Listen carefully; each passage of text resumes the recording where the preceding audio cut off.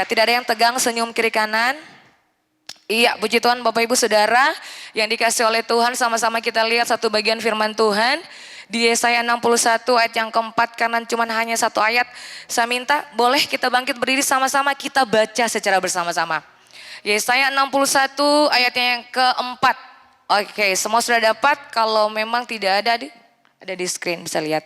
1, 2, 3. Mereka akan membangun reruntuhan yang sudah berabad-abad dan akan mendirikan kembali tempat-tempat yang sejak dahulu menjadi sunyi. Mereka akan membaharui kota-kota yang runtuh, tempat-tempat yang telah turun-temurun menjadi sunyi. Puji Tuhan, silakan duduk kembali. Saudara yang dikasihi oleh Tuhan. Jadi kita punya topik share beberapa menit ke depan. 30 menit ke depan itu restoration atau pemulihan. Restoration atau pemulihan. Sama-sama kita katakan 1, 2, 3. Oke, semua kan pintar-pintar, cakep-cakep berbahasa Inggris, bahasa Holland. Nah, puji Tuhan.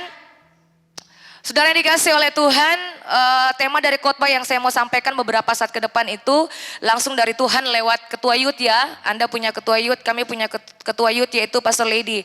Waktu beliau bilang tema besarnya itu tentang pemulihan keluargamu. Saya bertanya, Tuhan ini saya mau sampaikan apa? Bagi saya keluarga saya aman-aman tuh, papa mama saya aman, adik-adik saya aman. Apa yang saya mau sampaikan Tuhan? Saya sudah lupa waktu kecil saya seperti apa. Sudah lupa tuh, saya tidak tahu seperti bagaimana. Waduh, puji Tuhan Yesus, saya tahu itu tema dari Tuhan, jadi saya bersuka cita. Karena memang tema itu langsung dari Tuhan, beliau sampaikan kepada saya lebih spesifik. Pastor Ana, sampaikan kesaksian pribadimu dan keluarga besarmu, papa mama dan lain sebagainya.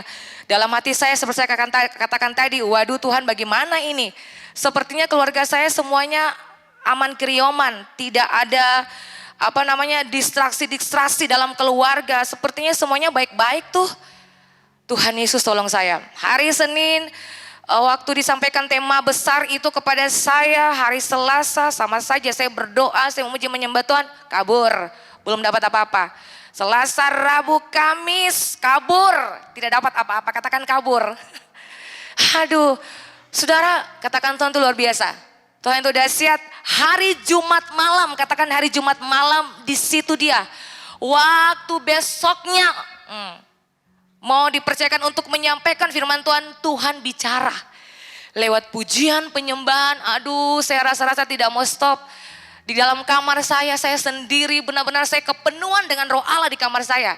Tidak ada dengan siapa-siapa, cuman hanya dengan Tuhan pada waktu itu. Saya tidak mau stop, saya terus menyembah.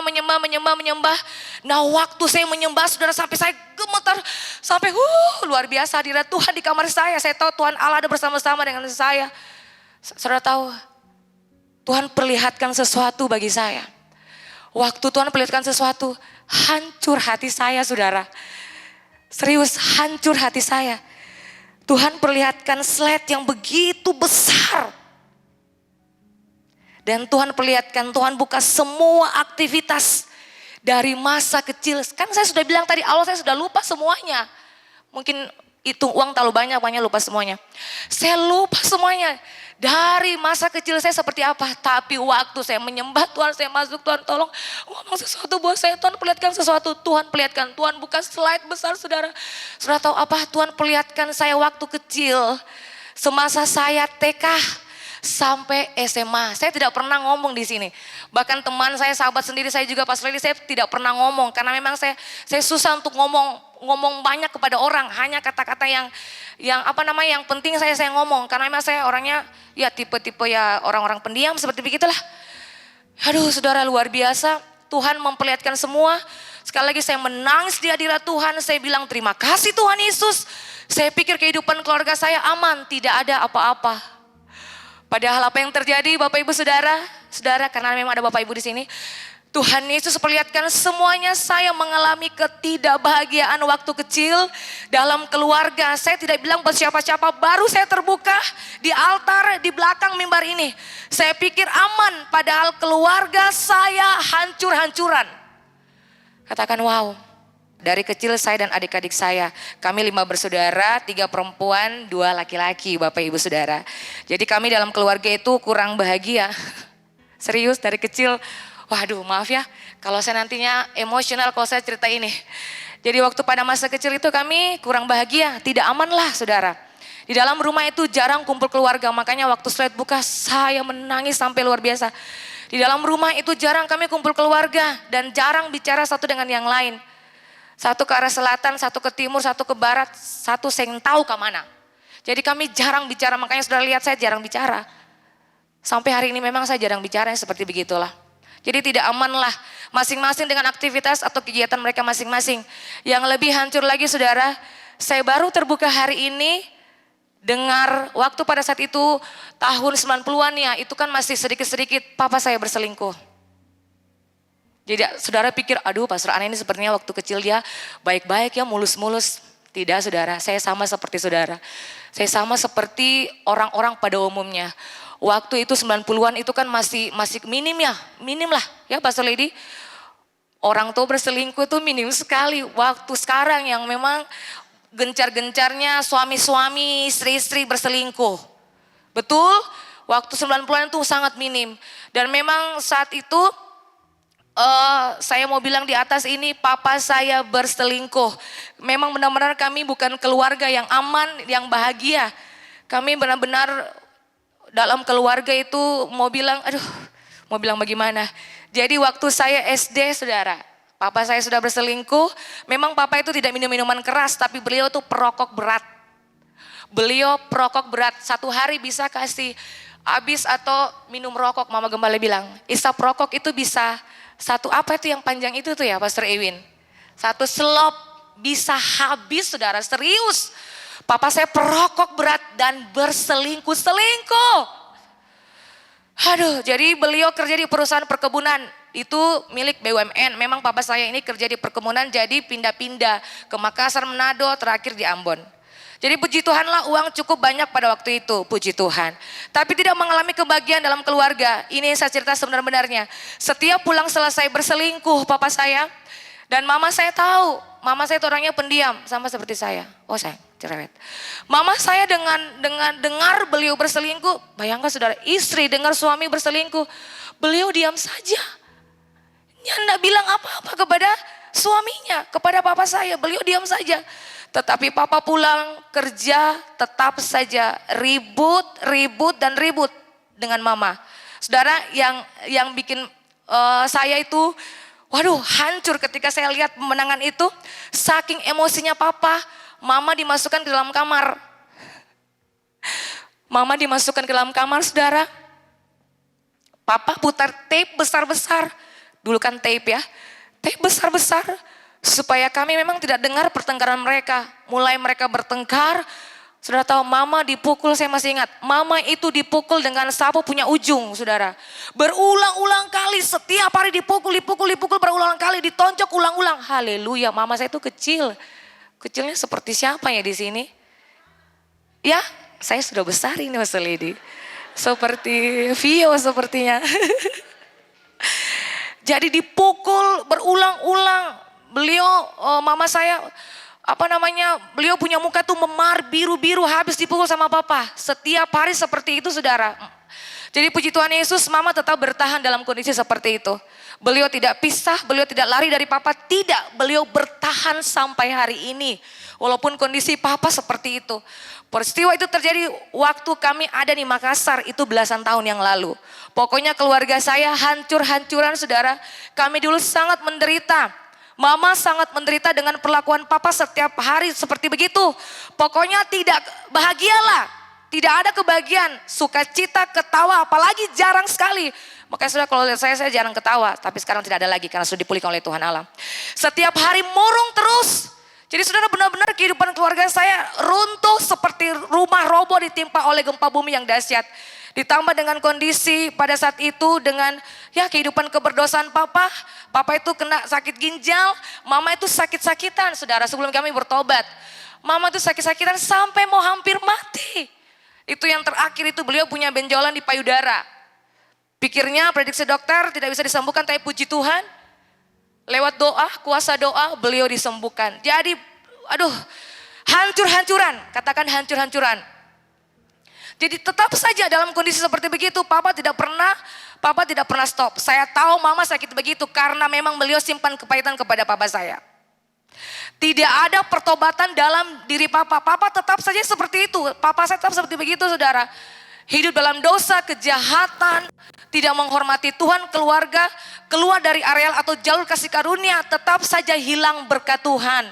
Jadi kami hilang berkat Tuhan, kami hilang damai sejahtera, kami hilang sukacita, hilang semua kebahagiaan. Dan ujung-ujungnya apa yang terjadi? Kutuk bagi keluarga kami. Malapetaka bagi keluarga kami. Dan saya bisa bilang akan lagi, saudara. Jadi memang benar firman Tuhan bilang Maleakhi 2 ayat yang kedua, jika kamu tidak mendengarkan dan jika kamu tidak memberi perhatian untuk menghormati namaku, firman Tuhan semesta alam, maka aku akan mengirimkan kutuk antaramu dan akan membuat berkat-berkatmu menjadi kutuk, dan aku telah membuatnya menjadi kutuk sebab kamu ini tidak memperhatikan. Papa itu setiap hari terima gajinya lumayan, tapi tidak tahu sebelum habis bulan tetap saja habis. Bayangkan beliau punya 5 anak. 5 anak, katakan 5 anak. Itu kita masih ya ampun nih tangga-tangga. Masih cut-cut, masih kecil-kecil, itu masih SD. Jadi kami cuma beda 22 tahun saja, saya dengan adik-adik saya. Singkat cerita, bertahun-tahun dilalui sampai akhirnya kami pindah ke Manado. Dari Makassar ke Manado, lalu terus Papa tetap saja sama, saudara, seperti itu. Hanya beberapa tahun di Manado, Papa dan Mama saya dan adik-adik saya pindah ke Ambon. Nah, puji Tuhan, awal mula segala sesuatu dari Ambon, pemulihan segala sesuatu semuanya dari Ambon. Memang ikatan Ambon itu paling kuat. Jadi semuanya pulang ke Ambon, tapi saya tetap di Manado dari SMP sampai SMA. Dan puji Tuhan Yesus, kembali ke Ambon lah pertobatan terjadi bagi keluarga kami. Dimulai dari mama melangkah untuk bertobat. Mama melangkah bertobat itu di gereja GKRI yang ada di Tanah Nahu, di Seram sana. Puji Tuhan, mama bertobat setelah semuanya capek juga sih hidup dalam hal seperti begitu, area seperti begitu. Mama bertobat, setelah mama bertobat, puji Tuhan, saudara yang dikasih oleh Tuhan, adik-adik saya beberapa bulan kemudian mereka juga bertobat ikut mama saya. Dan papa saya belum pada waktu itu, masih mengeraskan hati. Kebanyakan papa-papa nih, sampai hari ini pun yang selalu mengeraskan hati itu kebanyakan papa-papa. Katakan papa-papa di sini tidak ada. Puji Tuhan, itu deklarasi. Jadi saudara, terus itu terus terjadi. Puji Tuhan, mama mengalami pemulihan, mama mengambil langkah, mengambil keputusan, komitmen untuk bertobat, dan adik-adik juga ikut ke gereja itu, pemulihan terjadi. Dan yang lebih luar biasanya 1 tahun, kalau tidak salah 1-2 tahun mungkin papa lihat mama punya perubahan luar biasa. Dan papa bertobat. Jadi puji Tuhan, saudara, satu rumah, jadi memang benar-benar firman Tuhan bilang satu orang bertobat maka seisi rumah bertobat dan diselamatkan oleh Tuhan. Itu firman Tuhan dan yang amin. Jadi saya percaya papa Anda keras seperti bagaimanapun, adik kakak Anda keras seperti bagaimanapun, yang ciptakan mereka itu Tuhan Allah. Kalau Tuhan Allah bilang mereka bertobat, mereka pasti bertobat. Tinggal tunggu waktunya saja. Kita berikan tepuk tangan bagi Tuhan Yesus. Saudara tahu, sebelum bertobat masalah banyak. Tetapi sesudah bertobat, lebih banyak lagi masalah datang bertubi-tubi. Waktu papa ambil keputusan melangkah sungguh-sungguh itu masih diserap. Ya, saudara, puji Tuhan, sampai di mana tadi? Jadi begitu saja bertobat masalah banyak. Sesudah bertobat ada juga masalah banyak. Jadi bertobat ada di karismatik, masalah datang lebih banyak lagi. Itu yang kami hadapi keluarga kami. Pada waktu papa ambil keputusan bertobat, saudara tahu, itu kan papa punya keluarga paling besar. Saudara tahu bukan keluarga besar Manu Putih, tapi tanya kakak C itu. Badannya sabuku alam. Badan semuanya besar, keluarga Manu Putih semuanya besar-besar. Tapi puji Tuhan saya langsing. Semuanya mereka badan besar-besar. Semenjak itu memang mereka amat sangat fanatik. Tanya kakak C itu, mereka sangat fanatik dengan gereja pertobatan. Waktu papa melangkah, ambil keputusan bertobat menerima Yesus pada waktu itu, saudara tahu di gereja langsung kan itu duduk keluarga semuanya, majelis datang di rumah. Bagaimana Pak Manu Putih, tetap di gereja ini GPM atau mau beralih ke gereja ini? Aduh, langsung papa bilang maaf, keputusan saya mau ikut istri saya dan juga anak-anak saja. Saya semenjak di situ langsung lonceng 3 kali berbunyi di gereja. Teng artinya putus hubungan dengan keluarga besar Manu Putih saat itu juga. Karena papa saya ikut mama saya di gereja karismatik. Jadi saudara, semenjak saat itu mereka lihat papa saja, mereka langsung putar jalan. Mereka mau bicara, papa punya adik-adik kandung, punya saudara-saudara. Jadi semenjak itu putus hubungan dengan keluarga Manu Putih. Toki lonceng 3 kali. Jadi mereka punya kebiasaan di di kampung seperti begitu. Putus hubungan dengan keluarga besar Manu Putih. Tapi papa tidak pusing. Papa tidak pasti dengan hal yang seperti begitu. Jadi semua keluarga papa menyangkal papa. Jadi mulai hari ini engkau tidak ada lagi di keluarga kami. Putus hubungan dengan keluarga besar Manu Putih dengan kebiasaan di kampungmu. Jadi saudara, masalah semakin rumit ketika ikut Tuhan. Tetapi puji Tuhan Yesus, semakin hari semakin Tuhan Yesus pulihkan, katakan pulihkan. Hubungan orang tua dengan anak, anak dengan orang tua, anak dengan papa, anak dengan mama, Tuhan terus pulihkan. Ketika dengar firman Tuhan, ketika khotbah-khotbah disampaikan, saling mengakui dan minta maaf atas kesalahan yang dibuat oleh papa terhadap mama. Waktu terjadi pemulihan keluarga besar-besaran saudara, dengan setia ikut Tuhan Yesus, walaupun masalah terus datang, kesukaran terus datang dalam keluarga kami, tetapi kami keluarga bahagia, tidak seperti kehidupan kami di Makassar seperti neraka. Jadi semuanya Tuhan pulihkan. Ada pengampunan, keuangan dipulihkan. Dan yang lebih hebat lagi, saudara dikasih dalam Tuhan, mama tidak lagi sakit. Yang tadinya sakit-sakitan waktu belum bertobat. Tapi setelah bertobat, mama dipulihkan, mama sembuh dari sakit. Dan juga papa disembuhkan dari beliau punya sakit ginjal itu. Nah, saudara dikasih dalam Tuhan, terjadi pemulihan yang hebat-hebat dalam keluarga kami. Saudara yang dikasih oleh Tuhan, saya pulang ke Ambon. Saya kuliah di sini. Saya kuliah, habis saya kuliah saya kerja 5 tahun. Itu saya sudah di Ambon. Nubuatan dari Mama Gembala, Pastor ini Subeda. Itu saya sudah di gereja di sini, masih di Hotel Amboina. Beliau katakan, puji Tuhan memang waktu di Manado saya sudah ikut gereja pertobatan. Saya baptis di Mawar Saron, saudara. Dan saya pulang ke sini cuma hanya tertanam saya di gereja lokal, yaitu di GKRI. Sudah selesai itu saya kerja 5 tahun, selesai. Lalu nubuatan Mama Gembala terjadi. Waktu beliau nubuatkan, beliau katakan, kamu tuh tidak pantas ada di dunia kerja. Kamu itu cocok melayani di gereja. Kamu tuh cocok melayani pekerjaan Tuhan. Waduh, maaf, saya tidak mau. Terus selesai itu sudah berlangsung 5 tahun. Puji Tuhan Yesus, hari itu ada sedikit masalah di kantor, saya resign. Saya resign itu, saudara yang dikasih oleh Tuhan beberapa bulan, saya berangkat ke Proskoneo untuk mengambil kelas vokal pada waktu itu. Nah, waktu pulang dari Proskoneo, saudara yang dikasih oleh Tuhan, luar biasa, Tuhan bicara buat saya secara spesifik bahwa tidak ada lagi waktu. Kamu harus jadi hamba Tuhan full timer. Dari semenjak saat itu, saudara yang dikasih oleh Tuhan, seketika saya mengambil langkah, jadi pemulihan terus terjadi dalam kehidupan papa mama saya, keuangan dipulihkan, semuanya kebahagiaan terus ada. Lalu semenjak saya mengambil langkah, mengambil keputusan untuk jadi full timer di gereja, saudara tahu adik saya nomor 2, memang dia sudah kerja di bank tetapi dia naik jabatan. Dia punya rumah sendiri, adik saya nomor 3 buka usaha sendiri. Adik saya nomor 4 langsung diterima kerja di bank dan juga punya rumah sendiri saat ini. Dan adik saya nomor 5 masih kuliah dan puji Tuhan Yesus sekarang sudah bekerja saat ini. Jadi saudara, setelah semuanya dipulihkan dan mengambil langkah, mengambil keputusan untuk ikut Tuhan sungguh-sungguh, dimulai dari mama saya, saudara. Wow, Tuhan buat itu luar biasa. Wow, yang percaya katakan amin.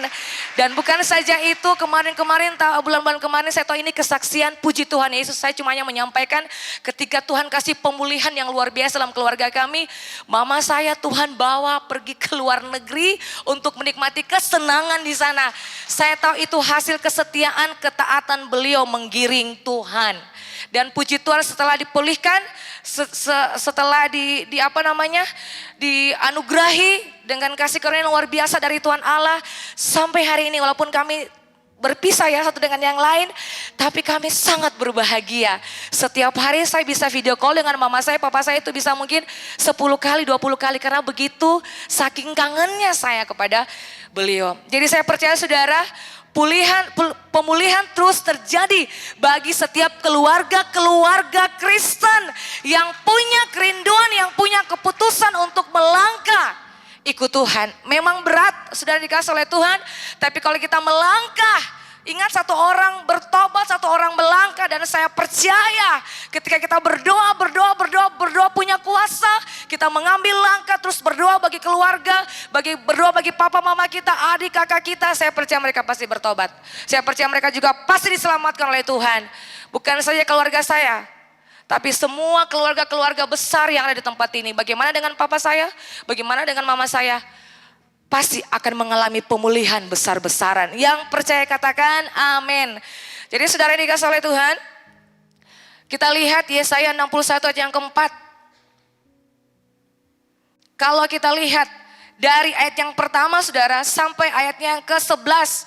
Itu berbicara tentang di mana Tuhan mengutus Nabi Yesaya untuk pergi sebagai perpanjangan tangan Tuhan. Untuk menyuarakan pertobatan kepada orang-orang buangan, orang-orang Israel pada saat itu.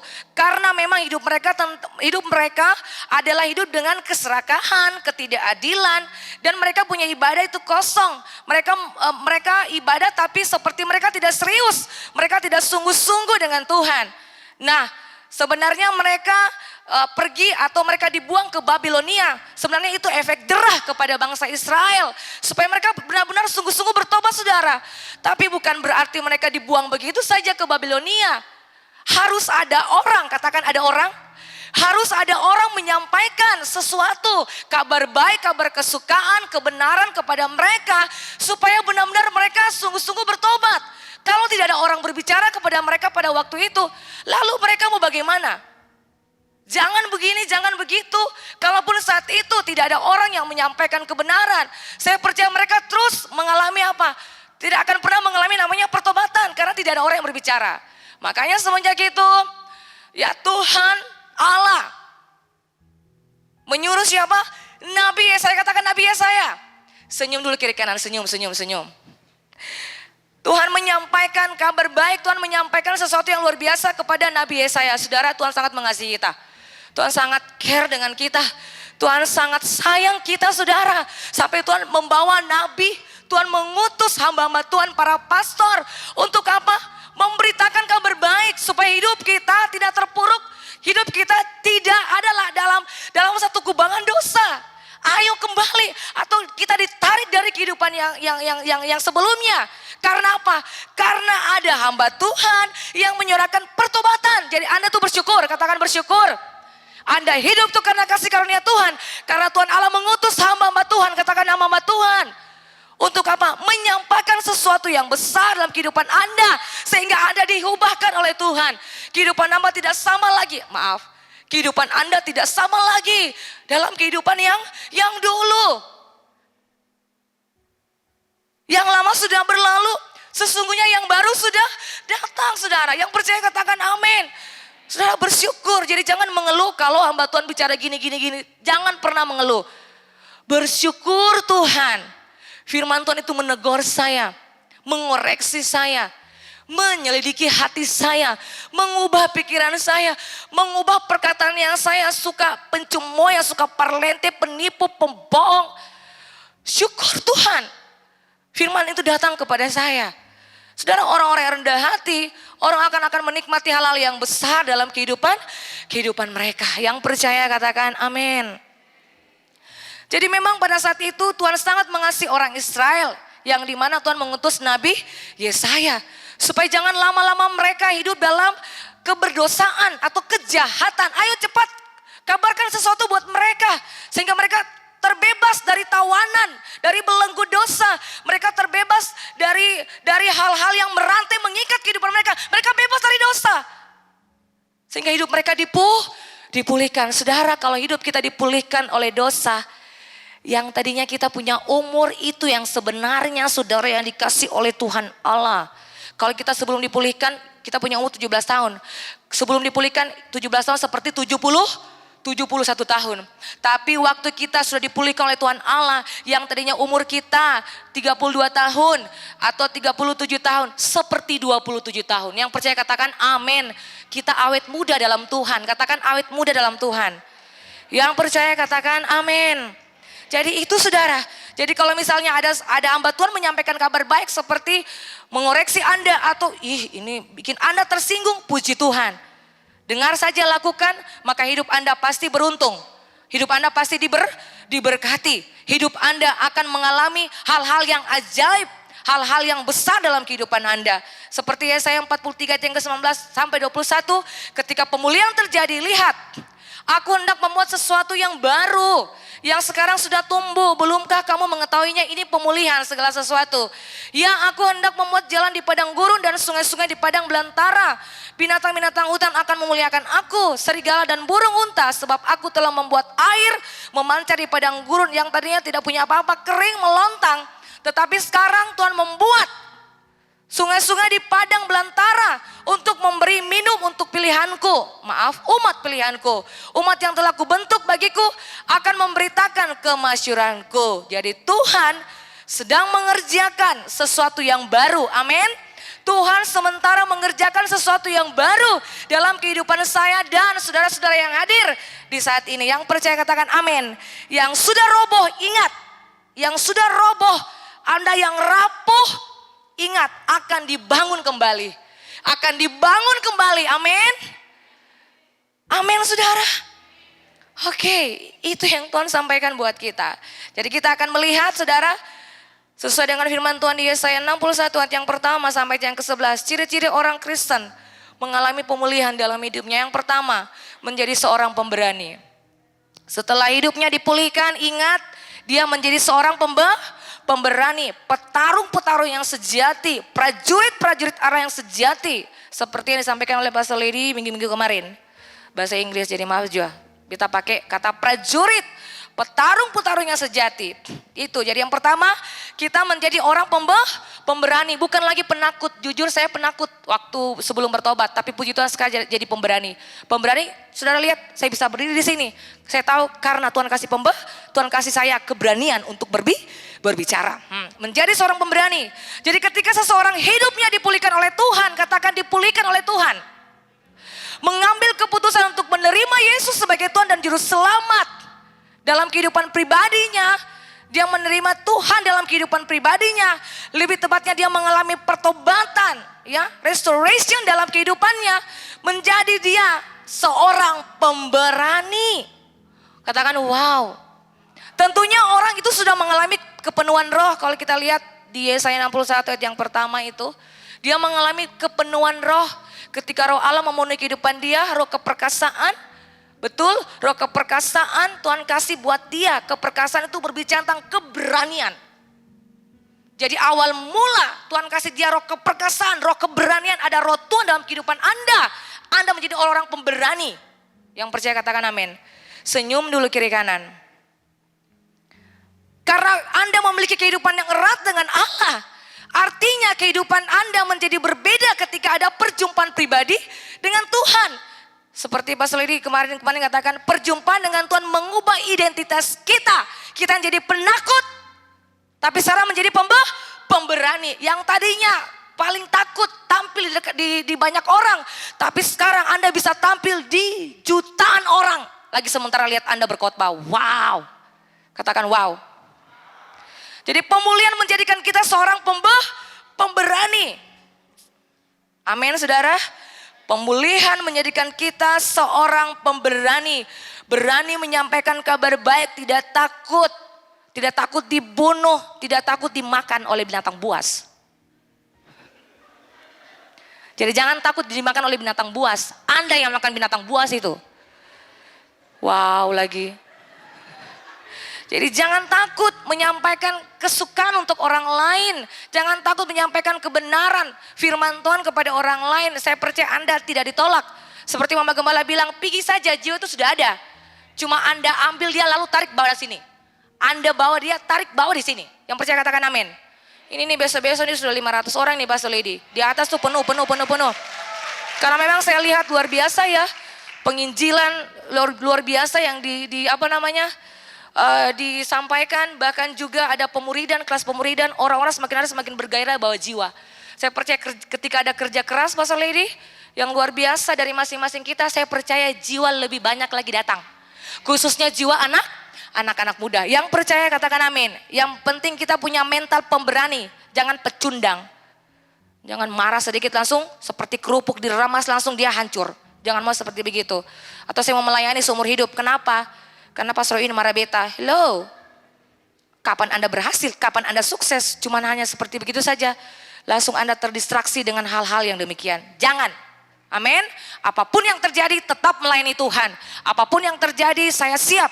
Siap seperti prajurit sejati. Masih ingat kemarin-kemarin Pastor Lidi juga sempat sampaikan di OPM tentang generasi Yeremia. Betul? Sampaikan saja walaupun kita ditindas, mengalami ketidakadilan, diremehkan, dikucilkan, mungkin tidak ada mau dengar kita sementara berkhotbah, sampaikan firman. Kemarin mereka pergi, 8 mereka penginjilan. Aduh pastor, katong bicara saya langsung dong buang muka dari katong. Tidak apa-apa, 1 buang muka nanti 50 yang datang di tempat ini. Yang percaya katakan amin. Jadi cari terus jiwa sampai benar-benar penuh. Bukan untuk kasih penuh gereja, bukan. Supaya mereka diselamatkan, mereka menerima Yesus sebagai Tuhan dan Juru Selamat lewat kehidupan pribadi kita. Yang percaya katakan yes. Bahkan juga kemarin sempat disampaikan kan, tentang Gideon mengalami pemulihan dalam hidupnya. Dia terkonek dengan Tuhan, hidupnya diubahkan. Yang tadinya dia tidak percaya diri, dia penakut kronis ya Pastor Lady. Dia mudah menyerah dengan perkataan orang. Ketika hidupnya dipulihkan, maka dia menjadi seorang pemberani. Katakan saya pemberani. Bahkan firman Tuhan katakan dia seorang pahlawan yang gagah berani. Anda itu pahlawan yang gagah berani. Katakan gagah berani. Katakan di samping kiri kanan, Anda itu pahlawan yang gagah berani. Jadi jangan takut menghadapi papa mama.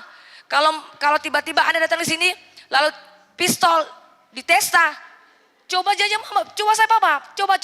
Tidak akan pernah mungkin. Karena Tuhan ada di pihak kita. Kalau Allah di pihak kita, siapa lawan kita? Dengan Allah kita lakukan perbuatan yang perkasa. Kita berikan tepuk tangan dulu buat Tuhan Yesus. Jadi pokoknya di sepanjang sejarah kita melihat bahwa orang-orang pemberani seringkali akan menghasilkan karya atau prestasi yang hebat. Amin. Berani bermimpi dan melakukan hal besar. Berani melakukan perubahan, berani mengambil resiko dan berani untuk menang. Itu orang pemberani. Katakan saya pemberani. Kalau Anda punya prestasi besar, Anda harus punya keberanian untuk menang. David Ambrose katakan begini. Jika Anda memiliki keinginan untuk menang, Anda telah mencapai setengah kemenangan Anda. Jika tidak, Anda telah mencapai setengah kegagalan Anda karena Anda penakut. Katakan saya bukan penakut. Next yang berikut. Ciri-ciri orang yang sudah dipulihkan oleh Tuhan Allah. Tidak balas dendam. Akan sudah itu. Tidak balas dendam. Katakan sampai kiri kanan. Tidak balas dendam. Ayat yang kedua bagian B. Dan hari pembalasan Allah kita untuk menghibur semua orang berkabung. Roma 12 ayat yang ke-19 sampai 21. Tapi saya baca ayat yang ke-21 saja. Janganlah kamu kalah terhadap kejahatan. Tetapi kalahkanlah kejahatan dengan kebaikan. Jadi ciri-ciri orang-orang Kristen yang sudah lahir baru, sudah terima Yesus, dia sudah dipulihkan oleh Tuhan. Tidak ada dendam sedikit pun dalam kehidupan dia. Dia tahu bahwa pembalasan itu adalah hak manusia, hak kita. No, katakan no. Pembalasan itu adalah hak Tuhan. Jadi nanti biarkan Tuhan saja yang mengadili dia. Amin. Kita diam saja, nanti Tuhan yang bertindak, Tuhan yang bekerja atas kehidupan kita. Jadi hiduplah berdamai dengan orang tua Anda. Cabut perkataan-perkataan yang sia-sia yang Anda lontarkan mungkin kepada orang tua Anda. Bertengkar dengan orang tua, tidak boleh anak-anak bertengkar dengan orang tua. Yang percaya katakan amin. Tidak ada faedahnya sama sekali saudara. Biarkan pemulihan terjadi dalam kehidupan Anda. Amin. Pemulihan keluarga, pemulihan rumah tangga. Yang rumah tangga. Pemulihan pacar dengan mantan pacar. Ya iyalah. Jangan sampai saya baku bicara. Sampai mati saya baku bicara. Harus ada pemulihan. Balas dendam dengan mama, dengan papa. Cuman karena hak waris tanah. Bikin apa? Percekcokan, gontok-gontokan orang tua dengan anak. Orang kalau sudah dipulihkan, saudara ada di gereja pertobatan karismatik. Kalau Anda sudah dipenuhi Roh Kudus, ingat ada pemulihan dalam kehidupan Anda. Dan Anda bukan orang yang balas. Katakan sampai kanan, saya bukan tipe orang yang balas dendam. Orang bodoh tidak memaafkan atau melupakan. Yang naif memaafkan dan melupakan. Yang bijak memaafkan tapi tidak lupa. Orang bodoh tidak memaafkan atau melupakan. Yang naif memaafkan dan melupakan. Yang bijak memaafkan tapi tidak lupa. Dengar baik, LYM. Tanpa pengampunan hidup diatur oleh siklus kebencian dan pembalasan yang tidak ada habis-habisnya. Dengar itu baik-baik. Tanpa pengampunan hidup diatur oleh siklus kebencian dan pembalasan yang tidak ada habis-habisnya. Setiap hari mau balas dendam. Sudah tahu masalah terus menerus datang. Tidak akan pernah selesai. Karena dalam otak Anda, katakan otak. Katakan otak. Oh, saya pengotak. Karena dalam otak Anda, dalam diri Anda cuma mau balas. Oh, saya mati. Pulang, oh saya lewat sini tuh, oh saya mati. Oh saya mati dan oh saya... Tuhan Yesus ampuni kita. Oh saya mati. Oh saya mati, oh saya mati anak, oh saya mati, oh saya mati. Apa yang mati? Ayam mati. Apa yang mati? Paling gigi copot satu. Karena apa? Dapat palungku. Tidak seperti begitu. Yang percaya katakan amin. Jadi jangan mau balas dendam. Nanti pembalasan itu adalah hak Tuhan. Yang ketiga, ciri orang Kristen sudah mengalami pemulihan dalam hidupnya. Bergembira dan bersuka cita. Wow. Jangan murung. Mengapa mukamu murung? Murung. Mengapa mukamu musam? Mengapa mukamu seperti itu? Adakah yang disimpan dalam hatimu? Cepat-cepat dikeluarkan apa? Jadi ciri yang ketiga, orang mengalami pemulihan, bergembira dan bersuka cita. Setiap hari dia bergembira, dia bersuka cita. Jadi sukacita dan gembira suatu luapan emosional yang berasal dari dalam diri seseorang. Jadi bukan karena sesuatu sehingga membuat orang itu bersuka cita. Tidak saudara, atau bergembira. Tetapi sejatinya sukacita itu lahir dari apa? Hati, dari batin, dari apa? Soul. Dari jiwa kita, dari dalam. Jadi bukan bergantung pada situasi lagi. Katakan sampai kiri kanan, sukacita tidak tergantung dari situasi. Jadi sukacita tidak tergantung dari situasi. Sukacita juga bukan semata-mata sifat bawaan, melainkan juga merupakan hasil dari keputusan pribadi kita. Betul? Sukacita itu keputusan. Anda mau bersukacita, Anda mau berbahagia, itu keputusan Anda. Betul? Jadi orang mau bilang bagaimanapun Anda tetap beria-ria, bersukacita, bergembira dalam Tuhan. Karena Anda sudah dipulihkan, tunjukkanlah. Kalau Anda dipulihkan, tunjukkanlah wajah sukacitamu. Tunjukkanlah wajah gembiramu. Jangan murung setiap hari. Putus cinta, puji Tuhan. Mati 1, tumbuh 1000. Kalau janur kuning belum melantang. Belum itu membentangkan sayap kiri kanan. Halo. Dia bukan punya siapa? Bukan punya siapa-siapa. Jadi ayo go, gas. Biasa pas saya bilang gas. Kan belum ngapain, belum ada ikatan. Katakan ikatan. Go. Yang percaya katakan amin. Jadi saudara yang dikasih oleh Tuhan, bergembiralah dan bersukacitalah. Bisa dikasih lihat wajah sukacita di kiri kanan. Jangan sukacita kita tergantung mood. Kita senang dengan orang ini, kita bersukacita. Saat bisnis lancar, bersukacita. Kesehatan prima, bersukacita. Keluarga harmonis, bersukacita. Bahagia, bersukacita. Tidak tergantung oleh keadaan. Apapun yang terjadi, tetap bergembira, tetap bersukacita. Yang terakhir, ciri-ciri orang Kristen mengalami pemulihan dalam hidupnya. Yang terakhir, hidupnya bukan lagi dikuasai kutuk, melainkan menikmati berkat Tuhan. Wow. Ciri-ciri orang Kristen mengalami pemulihan dalam hidupnya bukan lagi di bawah kutuk, melainkan menikmati berkat Tuhan. Yesaya 61 ayat yang keempat, mereka akan membangun reruntuhan yang sudah berabad-abad dan akan mendirikan kembali tempat-tempat yang sejak dahulu menjadi sunyi. Mereka akan membaharui kota-kota yang runtuh, tempat-tempat yang telah turun-temurun menjadi sunyi. Jadi ketika kita mengambil langkah, keputusan, komitmen untuk tinggalkan hidup keberdosaan, minum mabuk, kalau saudara masih minum mabuk, sebentar dilepaskan, rokok, gonta-ganti pacar, cukup 1 jua. Jangan lebih dari itu. Mau dia cantik kah, dia mau mancung hidung ke dalam, dia punya hidung mancung ke dalam, hidung mancung keluar, dia punya rambut lurus, dia punya rambut kriwil-kriwil, atau dia punya alis agak sedikit ke atas. Terima dialah apa adanya, cukup satu-satu saja. Ya, jadi janganlah hidup dalam keberdosaan. Ambil komitmen, ambil keputusan, langkah untuk berbalik 180 derajat ikut Yesus Kristus Tuhan. Jadi jangan suka bicara buruk-buruk, suka bicara pemimpin buruk-buruk, suka mengeluh, menggerutu, tawuran, suka melawan orang tua, suka bertengkar dengan orang tua dan lain sebagainya. Stop dengan hal itu. Maka kita layak hidup dalam berkat Tuhan. Tepat seperti apa yang saya saksikan tentang keluarga saya. Tuhan pulihkan satu persatu. Tuhan pulihkan semuanya. Dari pekerjaan, keuangan, kebahagiaan bersama keluarga. Sampai hari ini, puji Tuhan luar biasa Tuhan Yesus. Saya sangat menikmati kehidupan saya dengan keluarga saya. Sungguh kami sangat diberkati, maaf, puji Tuhan Yesus. Saya tahu itu semua hanya karena kasih karunia Tuhan.